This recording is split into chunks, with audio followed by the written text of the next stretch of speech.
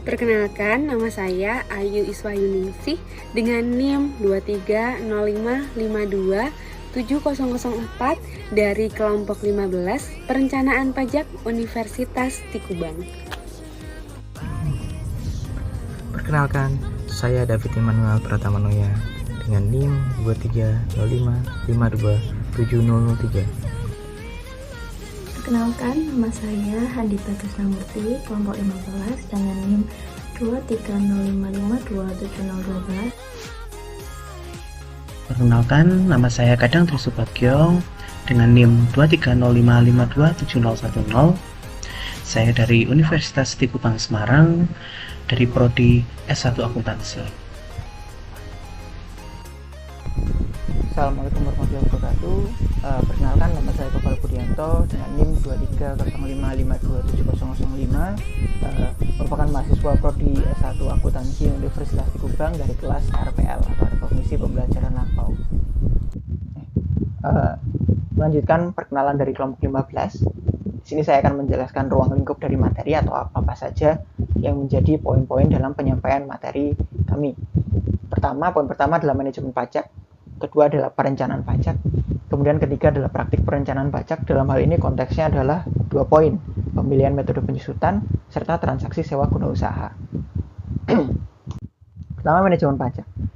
Jadi menurut Sopar Lumbantoruan tahun 1996 menjelaskan bahwa manajemen pajak merupakan sarana untuk memenuhi kewajiban perpajakan dengan benar, tetapi jumlah pajak yang dibayar dapat ditekan serendah mungkin untuk memperoleh laba dan likuiditas yang diharapkan.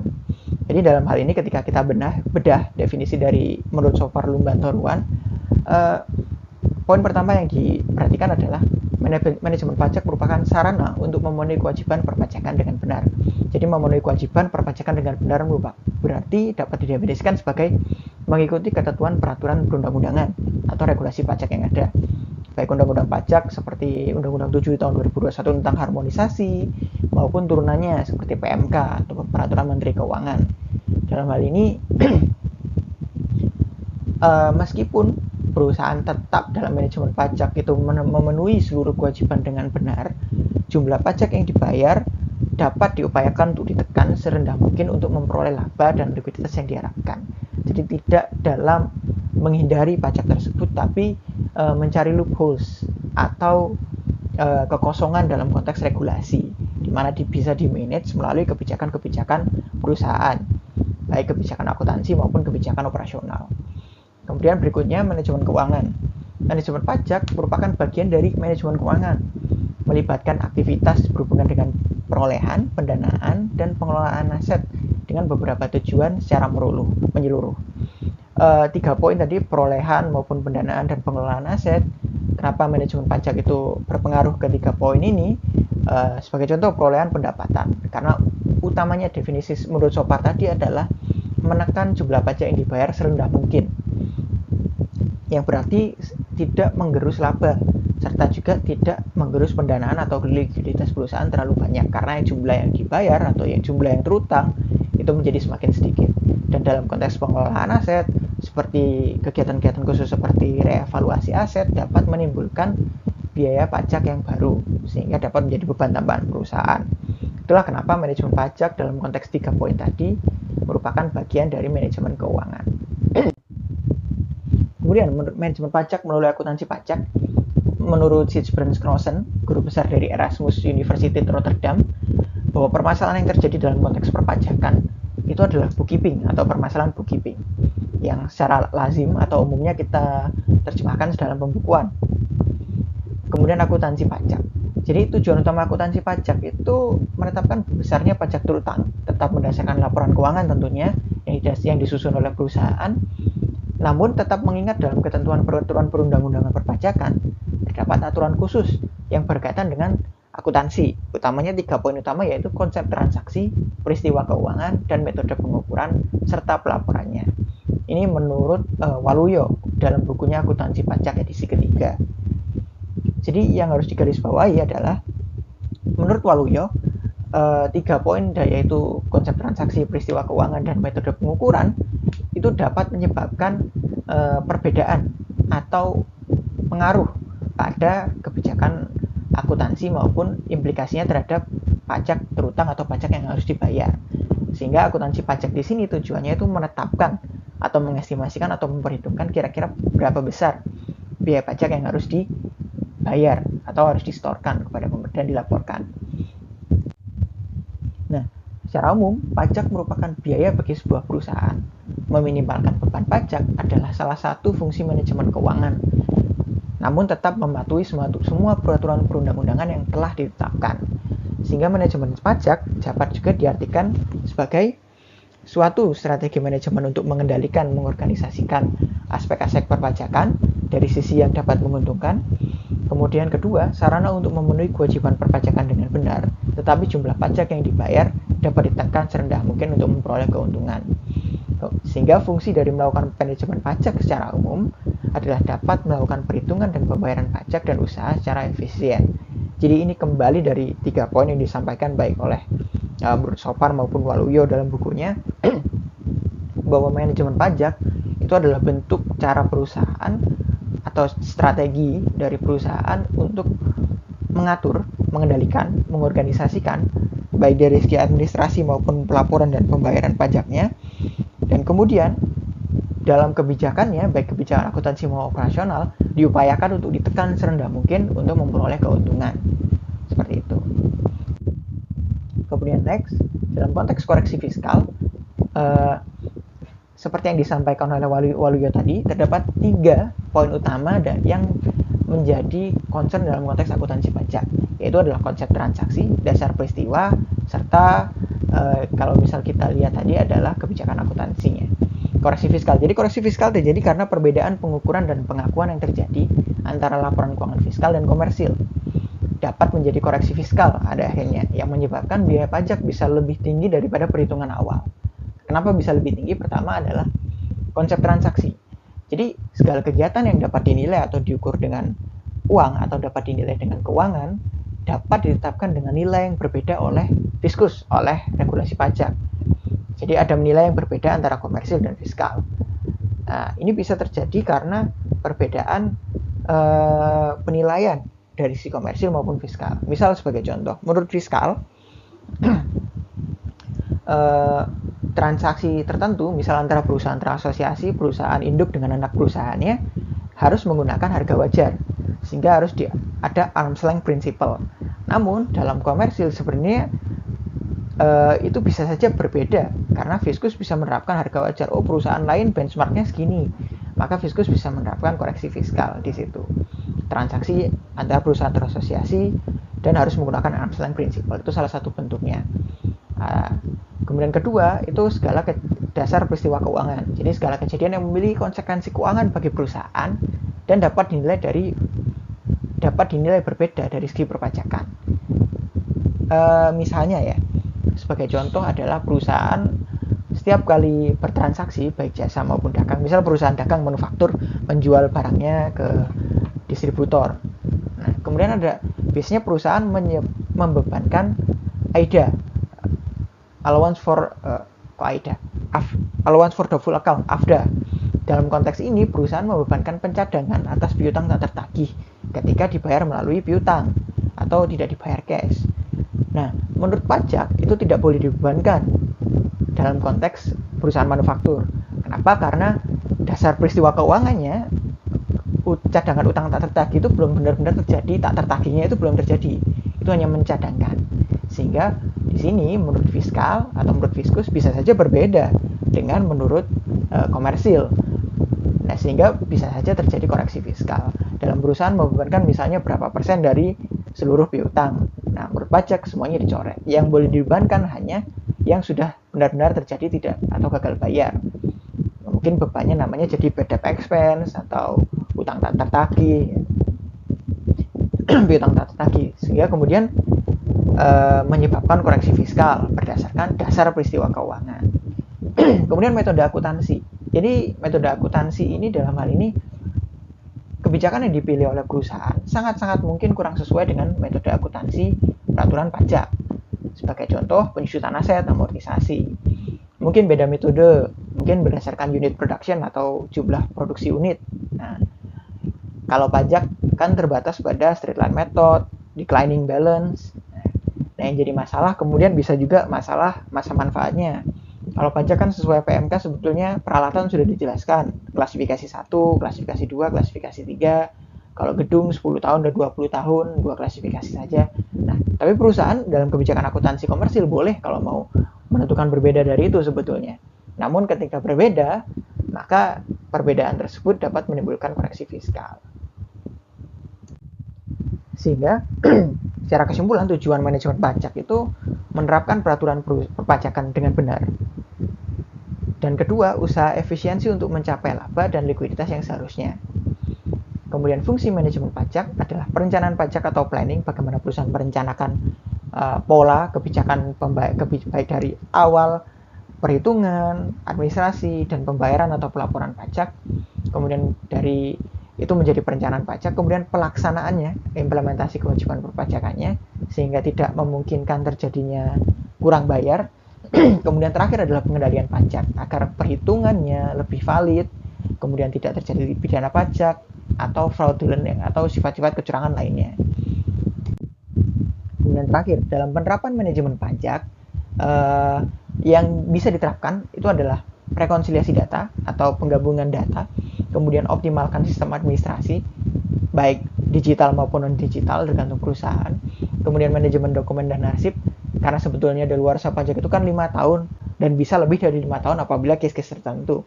Nah, dalam konteks ini, maka perusahaan harus paling tidak manage dokumen dan arsipnya 5 tahun terakhir untuk memitigasi pemeriksaan. Audit pajak internal untuk memastikan polanya sudah benar.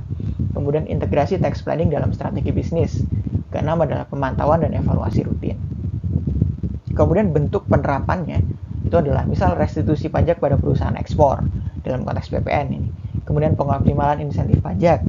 Ada beberapa insentif pajak yang diberikan pada perusahaan tertentu, pada sektor tertentu atau pada daerah tertentu, misal seperti KEK gitu ya, kawasan berikat dan sejenisnya, maka ada insentif pajak tertentu. Atau misal untuk UMKM ada PP 23 2018 dulu misal. Kemudian ketiga adalah tax planning untuk ekspansi bisnis. Kemudian keempat adalah pengelolaan pajak untuk perusahaan jasa.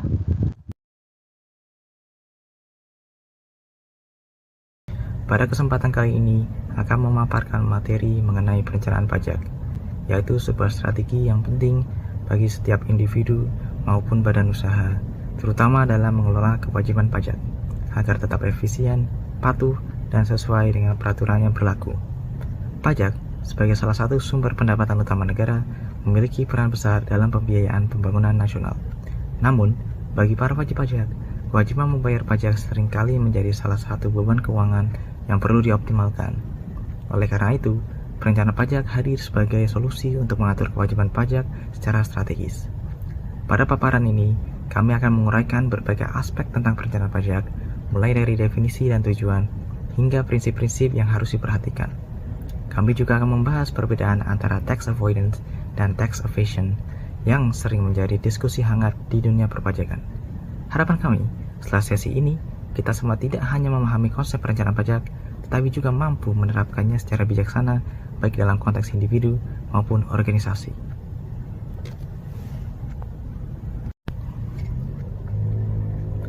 Definisi perencanaan pajak. Mari kita mulai dengan memahami apa yang dimaksud dengan perencanaan pajak.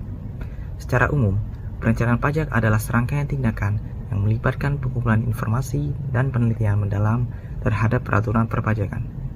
Tujuannya adalah untuk menentukan langkah-langkah yang bisa dilakukan oleh wajib pajak agar dapat menghemat pembayaran pajak secara legal. Untuk memperjelas, kita dapat melihat definisi dari para ahli. Pertama, Crumbley, Friedman, dan Anders pada tahun 1994 mendefinisikan perencanaan pajak sebagai analisis sistematis atas berbagai opsi untuk menunda pembayaran pajak.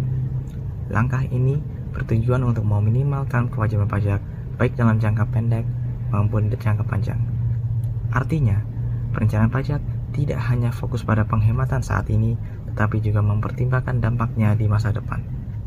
Yang kedua, menurut Leon Susan M. pada tahun 1996, menjelaskan bahwa perencanaan pajak adalah pengaturan terhadap urusan pribadi atau bisnis dengan tujuan meminimalkan kewajiban pajak. Definisi ini menyoroti bahwa perencanaan pajak dapat diterapkan oleh semua orang, bukan hanya perusahaan besar. Kedua definisi ini menegaskan bahwa perencanaan pajak bukanlah langkah yang melanggar hukum, melainkan sebuah strategi yang dirancang berdasarkan regulasi perpajakan.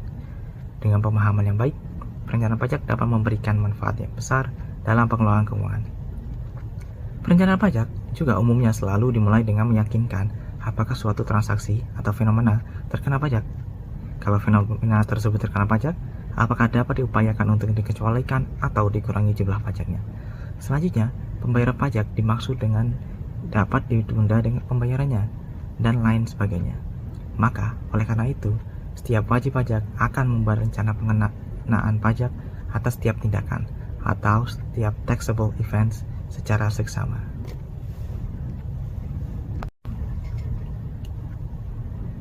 Tujuan perencanaan pajak. Setelah memahami definisi, mari kita lanjutkan dengan membahas tujuan utama dari perencanaan pajak. Menurut Pohan di tahun 2016, terdapat 4 tujuan utama yang ingin dicapai melalui perencanaan pajak, yaitu yang pertama, meminimalkan beban pajak terutang. Tujuan ini menjadi motivasi utama dalam perencanaan pajak. Dengan strategi yang tepat, wajib pajak dapat mengurangi jumlah pajak yang harus dibayarkan tanpa melanggar aturan. Yang kedua, memaksimalkan laba setelah pajak. Untuk perusahaan, perencanaan pajak berkontribusi langsung pada peningkatan profitabilitas. Pajak yang lebih efisien berarti lebih banyak dana yang dapat digunakan untuk pengembangan usaha. Yang ketiga, mengurangi risiko terkejutan pajak. Kejutan pajak atau tax surprise dapat terjadi ketika Direktorat Jenderal Pajak atau Otoritas Pajak menumpahkan ketidaksesuaian dalam laporan pajak saat pemeriksaan. Perencanaan pajak yang baik membantu wajib pajak memitigasi risiko ini. Yang keempat, memenuhi kewajiban perpajakan secara aturan. Terakhir, perencanaan pajak memastikan bahwa wajib pajak tetap mematuhi semua ketentuan yang berlaku. Hal ini penting untuk menjaga reputasi baik bagi individu maupun perusahaan. Dengan kata lain, perencanaan pajak tidak hanya membantu penghemat biaya, tetapi juga menjadi langkah preventif untuk menghindari masalah hukum di kemudian hari.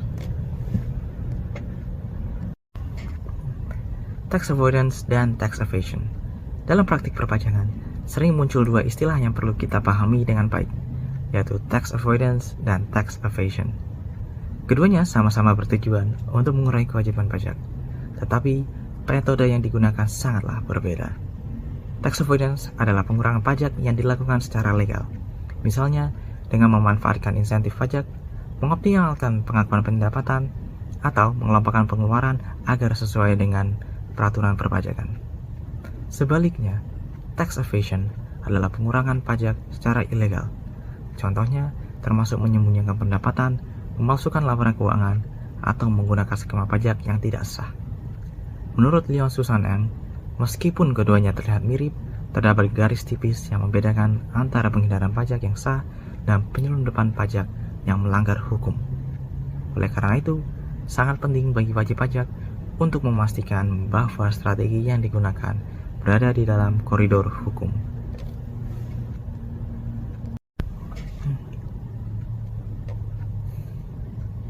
Motivasi dilakukannya perencanaan pajak. Selanjutnya, mari kita bahas alasan mengapa perencanaan pajak menjadi begitu penting. Motivasi ini dapat dilihat dari 3 aspek utama.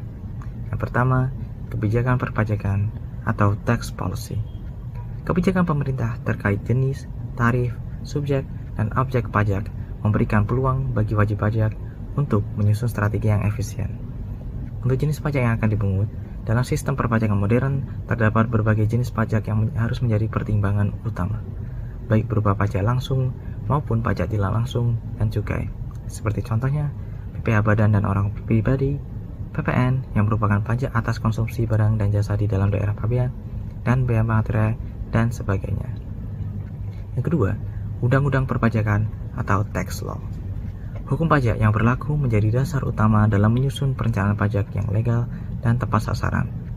Namun, tidak jarang terdapat celah atau loopholes bagi wajib pajak untuk menganalisis kesempatan dengan cermat untuk perencanaan pajak yang baik. Di Indonesia, peraturan perundang-undangan yang mengatur tentang perpajakan terdapat pada Undang-Undang Nomor 7 Tahun 2021 tentang harmonisasi peraturan perpajakan, beserta turunan-turunannya seperti peraturan dan keputusan Menteri Keuangan serta peraturan dan keputusan Direktur Jenderal Pajak. Yang ketiga, administrasi perpajakan. Sistem administrasi perpajakan yang baik memungkinkan wajib pajak untuk melaksanakan kewajiban perpajakan dengan lebih mudah dan terstruktur. Ketiga aspek ini saling mendukung dan menjadi landasan dalam menentukan strategi perencanaan pajak yang efektif.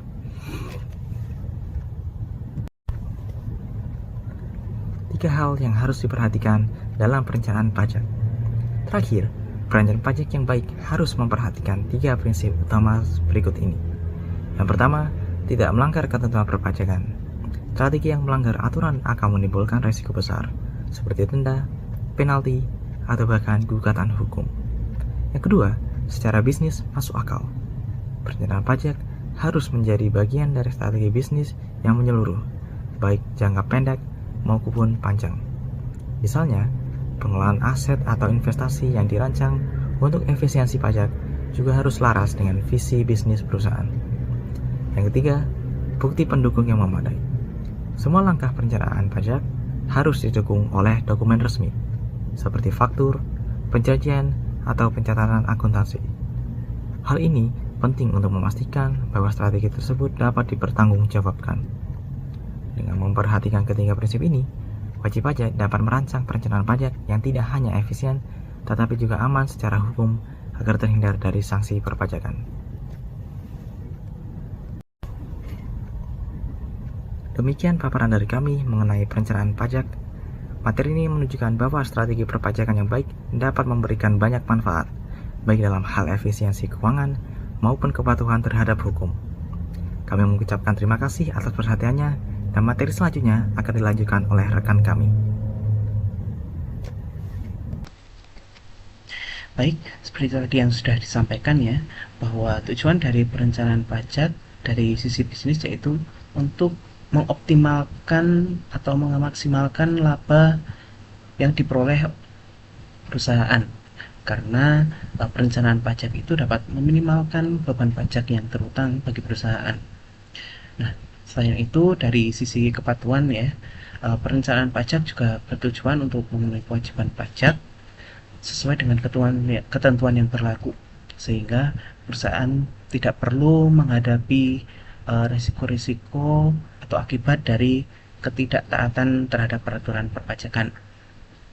Nah, kemudian agar perencanaan pajak ini disusun dengan komprehensif sehingga tidak ada unsur atau hal-hal yang terlewat yang harus diperhatikan dalam penyusunan perencanaan pajak, serta agar perencanaan pajak ini bisa memberikan keputusan hasil atau rekomendasi bagi manajemen bisnis secara tepat, maka pelaksanaan perencanaan pajak ini ada langkah-langkah atau tahapan yang harus dilakukan. Selain itu, tahapan-tahapan ini juga bisa menjadi guidance bagi seorang petugas perencana pajak dalam menjalankan tugasnya. Tahapan-tahapan dalam membuat perencanaan pajak yang pertama dimulai dari menganalisis informasi atau basis data yang ada, kemudian dilanjutkan dengan membuat satu model atau lebih rencana kemungkinan besarnya pajak, kemudian mengevaluasi pelaksanaan perencanaan pajak, yang keempat mencari kelemahan dan kemudian memperbaiki kembali rencana pajak, dan yang terakhir adalah memutakhirkan rencana pajak. Nah, kita bahas untuk tahapan ini satu-satu. Kemudian untuk tahapan yang pertama adalah menganalisis informasi atau data-data yang ada. Dalam tahap ini dilakukan analisis komponen yang berbeda atas pajak yang terlibat dalam suatu proyek dan menghitung seakurat mungkin beban pajak yang harus ditanggung. Seorang manajer perpajakan harus memperhatikan faktor-faktor internal dan eksternal, yaitu faktor yang relevan. Dalam perencanaan pajak diperlukan penguasaan terhadap situasi yang dihadapi, baik internal maupun eksternal, dan selalu dimutakhirkan dengan perubahan-perubahan yang terjadi. Faktor pajak. Penyusunan perencanaan pajak tidak terlepas dari faktor seperti sistem perpajakan yang dianut oleh suatu negara dan sikap fiskus dalam menafsirkan peraturan perpajakan, baik undang-undang domestik maupun kebijakan perpajakan.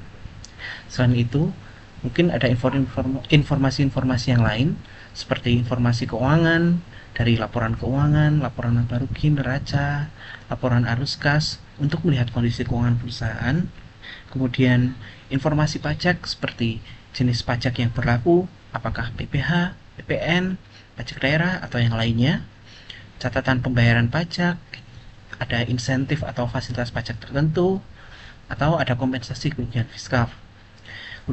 Kemudian bisa juga ada informasi operasional seperti struktur usahanya, apakah bentuk badan usahanya berupa PT, CV, firma atau UMKM, kemudian bisa lokasi usahanya atau afiliasi dengan entitas yang lainnya.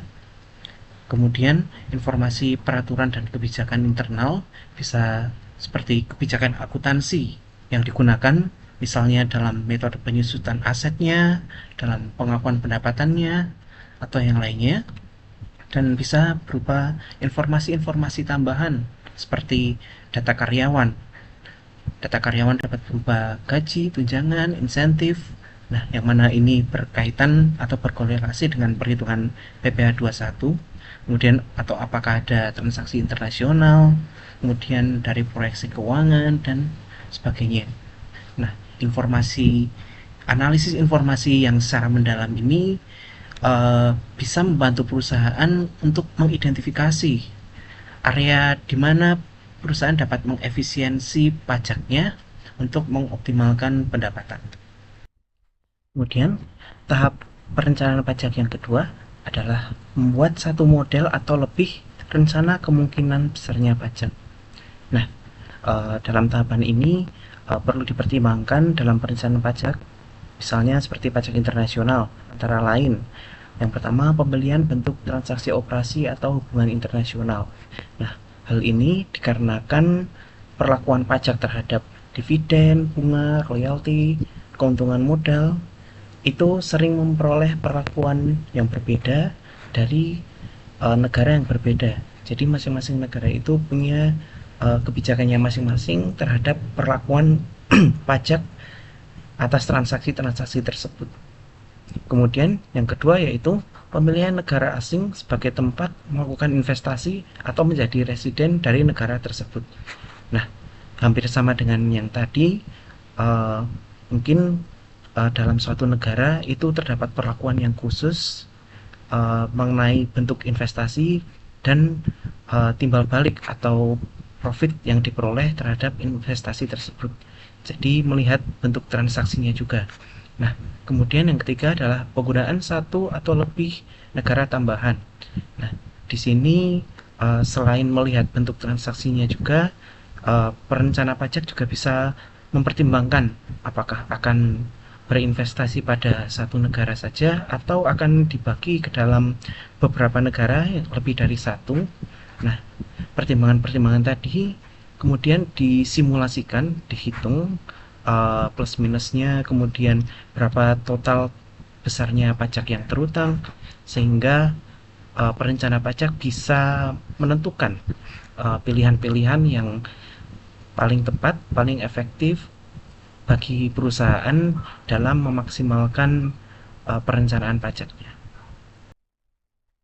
Kemudian untuk tahapan yang selanjutnya adalah evaluasi atas perencanaan pajak.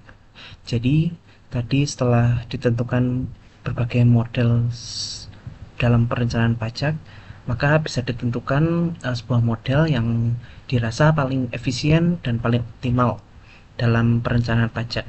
Maka selanjutnya adalah evaluasi yang bertujuan untuk melihat sejauh mana hasil pelaksanaan suatu perencanaan pajak terhadap beban pajak, perbedaan laba kotor, dan pengeluaran selain pajak atas berbagai alternatif perencanaan. Nah, variabel-variabel tersebut dihitung untuk mendapatkan hipotesis seperti bagaimana jika rencana tidak dilaksanakan, kemudian kedua, bagaimana jika rencana dilaksanakan dan berhasil dengan baik, 3. Bagaimana jika rencana dilaksanakan tetapi tidak berhasil atau gagal? Nah, dari ketiga hipotesis tersebut, maka akan menghasilkan perhitungan yang berbeda dan memberikan hasil dalam dampak perpajakannya juga yang berbeda pula. Maka dari itu, hal tersebut juga menjadi penentu apakah perencanaan pajak ini layak untuk dilaksanakan atau sebaiknya mencari alternatif yang lain lagi dalam pelaksanaan perencanaan pajak yang lebih efisien. Tahapan selanjutnya adalah mencari kelemahan dan memperbaiki kembali rencana pajak. Nah, setelah melalui tahapan sebelumnya yaitu evaluasi, sudah dilakukan pengujian dari hipotesis-hipotesis tadi, maka bisa diambil keputusan yang terbaik. Apakah perencanaan pajak tadi bisa dilanjutkan, layak dilanjutkan atau tidak, atau mencari alternatif yang lain. Nah, yang perlu diperhatikan adalah bahwa kondisi faktor-faktor yang mempengaruhi pajak ini selalu dinamis, seperti kondisi ekonomi atau mungkin dari sisi peraturan, dari sisi kebijakan-kebijakan perpajakan itu akan selalu berkembang dan mengalami perubahan.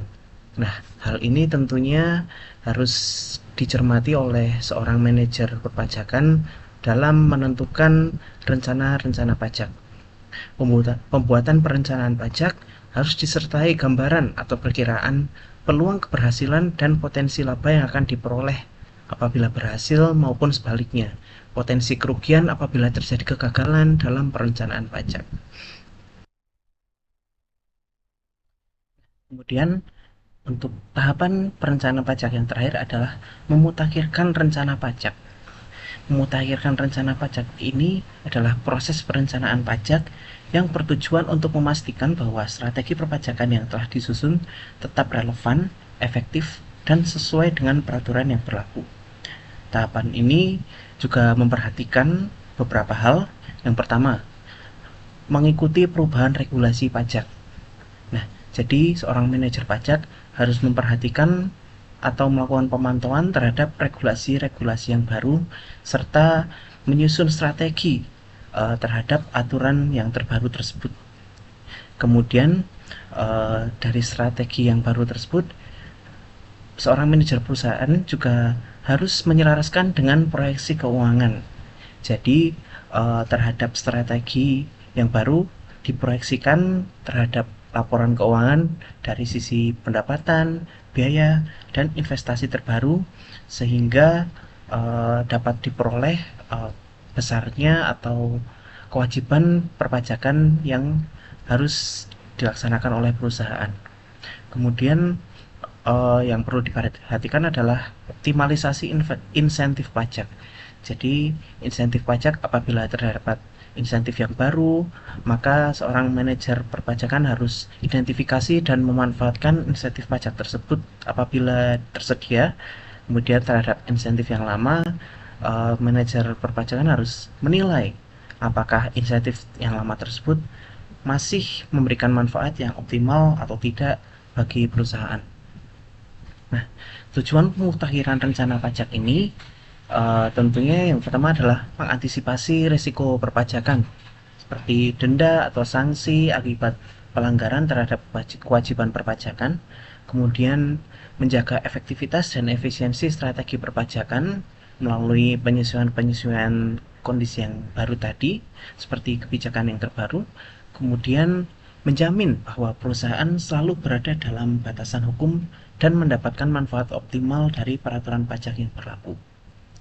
Nah, tahapan ini membantu perusahaan untuk tetap adaptif terhadap perubahan lingkungan perpajakan dan mempertahankan keunggulan kompetitif dalam pengelolaan kewajiban pajak.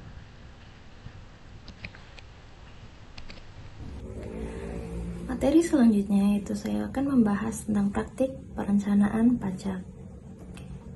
Nah, di sini praktik perencanaan pajak dilakukan melalui dua strategi. Yang pertama, yaitu pemilihan metode penyusutan, dan yang kedua melalui transaksi sewa guna usaha. Kita masuk ke strategi yang pertama, yaitu pemilihan metode penyusutan. Nah, metode penyusutan di Indonesia secara umum ada dua. Yang pertama PP 71 tahun 2010, yaitu dalam perhitungan penyusutan aktiva tetap pada standar akuntansi pemerintah, terdapat beberapa metode yang dapat digunakan berdasarkan PP nomor 71 tahun 2010, antara lain yang pertama metode garis lurus, yang kedua metode saldo menurun, yang ketiga unit produksi. Kemudian menurut PSAK nomor 16, yaitu penyusutan adalah alokasi sistematis jumlah yang dapat disusutkan aktiva sepanjang masa manfaat. Jumlah yang dapat disusutkan atau depreciable amount adalah biaya perolehan suatu aktiva atau jumlah lain yang disubstitusikan untuk biaya perolehan dalam laporan keuangan, dikurangi nilai sisanya dengan kelompok penyusutan berdasarkan waktu penggunaan atau kriteria lainnya. Nah, di Indonesia, berdasarkan Undang-Undang Pajak Penghasilan atau UU PPH, terdapat dua metode penyusutan yang diperbolehkan untuk tujuan fiskal atau tujuan perpajakan. Yang pertama, yaitu metode garis lurus atau yang biasa kita tahu dengan straight line method. Nah, metode garis lurus atau straight line method yaitu metode yang digunakan untuk menghitung penyusutan yang dilakukan dalam bagian-bagian yang sama besar selama masa manfaat yang ditetapkan bagi harta tersebut. Yang kedua, metode saldo menurun atau declining balance method. Metode saldo menurun atau declining balance method yaitu metode yang digunakan untuk menghitung penyusutan dalam bagian-bagian yang menurun dengan cara menerapkan tarif penyusutan atas nilai sisa buku dan nilai sisa buku pada akhir masa manfaat harus disusutkan secara sekaligus. Metode ini tidak dapat digunakan untuk menghitung penyusutan atas bangunan. Selanjutnya kita bahas tentang jenis harta, masa manfaat, dan tarif penyusutan fiskal. Yang pertama, kelompok harta berwujud itu merupakan dua kelompok. Yang pertama bukan bangunan dan yang kedua bangunan. Nah, kelompok harta bukan bangunan dibagi menjadi 4 kelompok dengan masa manfaat yang berbeda-beda ya. Kelompok yang pertama, masa manfaatnya hanya 4 tahun dengan metode garis lurusnya 25% dan metode saldo menurun tarifnya 50%. Kelompok kedua, masa manfaatnya 8 tahun, metode garis lurus tarifnya adalah 12,5% dan metode saldo menurun tarifnya 25%. Kelompok ketiga, yaitu masa manfaatnya 16 tahun, dengan metode garis lurus tarifnya penyusutan adalah 6,25% dan dengan metode saldo menurun tarifnya 12,5%. Yang terakhir, kelompok 4 untuk bukan bangunan, masa manfaatnya 20 tahun dengan metode garis lurus tarif penyusutannya 5% dan metode saldo menurun tarif penyusutannya 10%. Kemudian untuk bangunan dibagi menjadi 2, yaitu permanen dan tidak permanen. Untuk bangunan permanen itu masa manfaatnya 20 tahun dengan masa penyusutan tarif metode garis lurus adalah 5%, dan bangunan tidak permanen masa manfaatnya 10 tahun dengan tarif metode garis lurus 10%. Jadi untuk bangunan ini tidak bisa disusutkan melalui metode saldo menurun, hanya di metode garis lurus. Nah, nanti ada daftar lengkapnya untuk kelompok harta berwujud dengan masa manfaat dan tarifnya penyusunan masing-masing. Itu ada di lampiran PMK 72 tahun 2023. Kemudian untuk metode garis lurus, kita ke contoh perhitungannya. Rumus perhitungan penyusutan dengan metode garis lurus itu rumusnya harga pengelolaan dikurangi nilai sisa dibagi umur ekonomis. Contoh, pada awal 2021 tercatat peralatan dengan harga perolehan sebesar 20.100.000. Peralatan tersebut diperkirakan dapat digunakan selama 5 tahun dengan nilai sisa 100.000. Dengan demikian, nilai penyusutannya dapat dihitung dengan harga perolehan dikurangi nilai sisa dibagi umur ekonomis, yaitu harga perolehannya 20.100.000 dikurangi nilai sisanya 100.000 dibagi 5 tahun. Jadi hasilnya adalah 20 juta dibagi 5 tahun sama dengan 4 juta. Jadi penyusutan tiap tahunnya adalah sebesar 4 juta rupiah. Nah, metode garis lurus itu cocok digunakan untuk aset yang memiliki masa manfaat yang dapat diestimasi dengan cukup akurat, memberikan manfaat ekonomi yang relatif sama setiap periode, dan yang jelas tidak mengalami keusangan teknologi yang cepat. Contoh aset yang umumnya menggunakan metode garis lurus adalah gedung, kendaraan, dan perabotan kantor. Untuk metode garis lurus ini memiliki kelebihan antara lain dia sederhana, mudah dipahami, dan juga konsisten karena setiap tahunnya sama. Tapi kekurangannya dia tidak memperhitungkan penurunan produktivitas dan tidak mencerminkan penurunan nilai aset yang sebenarnya. Selanjutnya kita ke metode saldo menurun atau declining balance method. Rumus perhitungan penyusutan dengan metode ini yaitu nilai buku awal tahun dikali tarif penyusutan. Jadi contoh soalnya seperti ini. Sebuah perusahaan membeli mesin dengan seharga 100 juta rupiah. Mesin tersebut termasuk dalam kelompok aset golongan 2 dengan masa manfaat 8 tahun. Seperti tabel yang di sebelumnya, tarif penyusutan garis lurus untuk masa manfaat 8 tahun tarifnya adalah 12,5%. Jadi tarif penyusutan saldo menurun yaitu 2 dikali 12,5%, jadi 25%. Sehingga rincian perhitungannya seperti pada tabel di gambar. Oke. Metode saldo menurun tepat digunakan untuk aset yang mengalami penurunan nilai yang lebih cepat di awal masa pakainya, cepat mengalami keusangan teknologi, dan memberikan manfaat ekonomi yang lebih besar di awal penggunaan. Contoh asetnya yang umumnya digunakan metode saldo menurun adalah mesin produksi, peralatan komputer, dan kendaraan. Nah, kelebihan dari metode garis lurus antara lain penghematan pajak yang lebih besar di awal, lebih mencerminkan penurunan nilai aset yang lebih cepat di awal masa pakai, dan terutama untuk aset yang cepat mengalami keusangan teknologi. Namun kekurangannya, pada metode ini perhitungannya lebih kompleks dan beban penyusutan berkurang dari tahun ke tahun. Nah, jadi ini perbandingan antar metodenya. Yang pertama, dari fitur beban penyusutan, metode garis lurus itu sama setiap periodenya. Tapi metode saldo menurun itu saldonya atau tarifnya itu menurun dari tahun ke tahun. Untuk perhitungannya, itu metode garis lurus perhitungannya sederhana, namun metode saldo menurun itu lebih kompleks karena berlapis. Kemudian untuk dari penghematan pajak, menggunakan metode garis lurus itu merata sepanjang masa manfaat. Kalau metode saldo menurun itu lebih besar di awal masa manfaat. Kemudian fitur untuk aset. Nah, metode garis lurus ini lebih memberikan manfaat ekonomis yang lebih relatif sama setiap periodenya.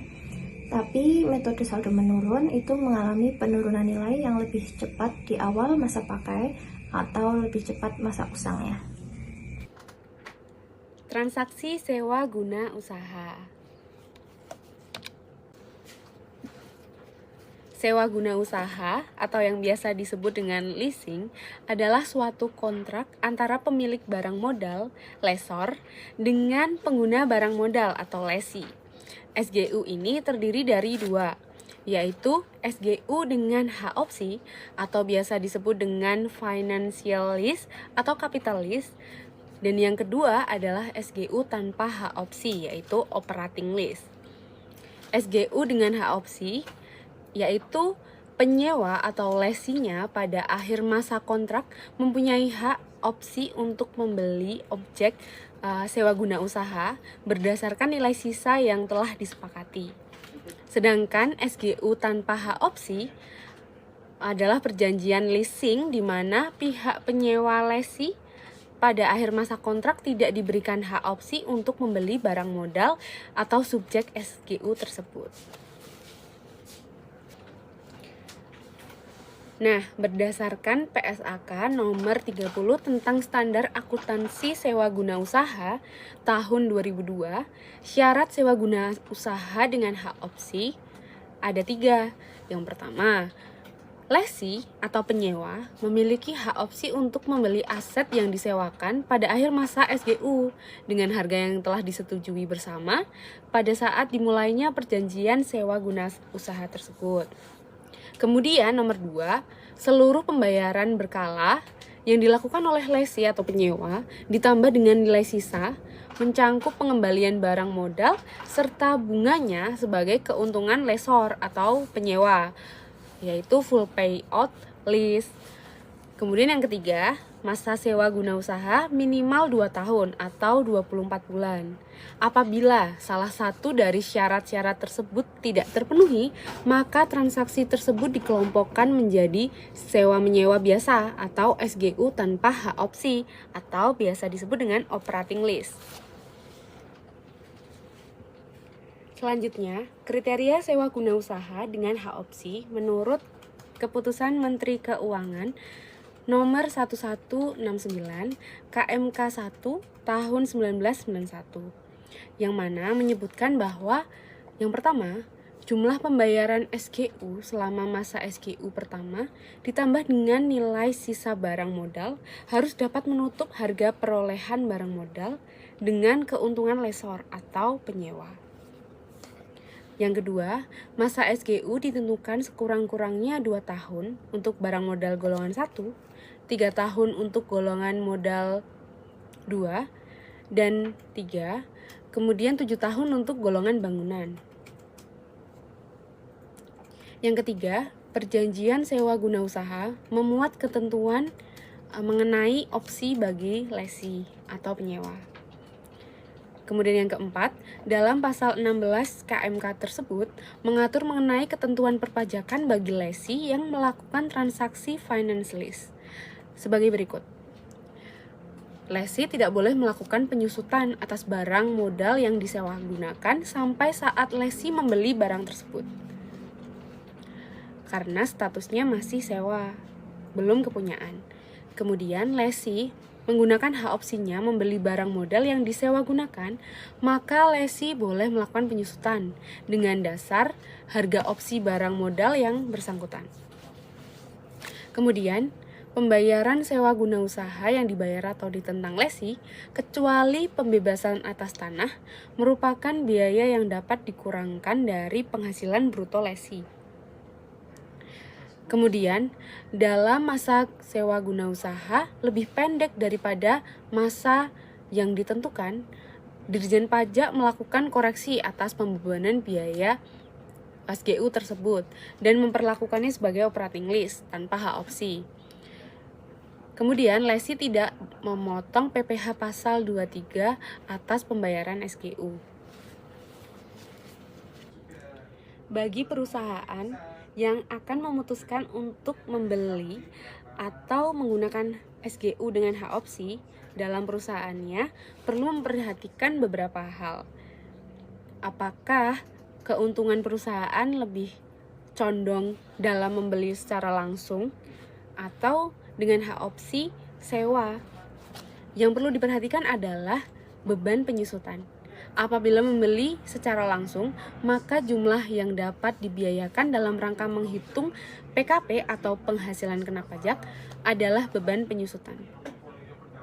Besarnya beban penyusutan antara lain ditentukan oleh metode penyusutan dan umur ekonomisnya yang telah ditetapkan oleh peraturan perpajakan.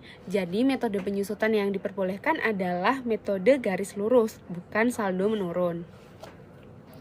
Kemudian, apabila membeli secara sewa guna usaha, maka semua biaya yang dikeluarkan untuk membayar sewa guna usaha tersebut dapat dibiayakan pada tahun yang bersangkutan dan menjadi pengurang atas penghasilan bruto dan tidak akan dikoreksi secara fiskal. Selanjutnya adalah masa SGU. Masa sewa guna usaha bisa lebih pendek daripada umur ekonomis, sehingga perusahaan dapat membiayakan perolehan aset tetapnya lebih cepat dibandingkan menggunakan biaya penyusutan. Jadi biaya penyusutannya dipercepat, seperti itu. Demikian presentasi dari kami. Apabila ada salah dan kurangnya, mohon dimaafkan. Semoga bermanfaat.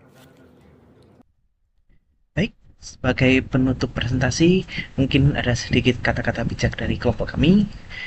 Ya, sederhana, tapi ya bisa kita cermati sendiri. Nothing lasts forever, we can change the future. Tak ada yang abadi, semua pasti berubah. Maka dari itu, walaupun terasa lelah, jangan pernah berhenti untuk terus melangkah. Sekian dan terima kasih.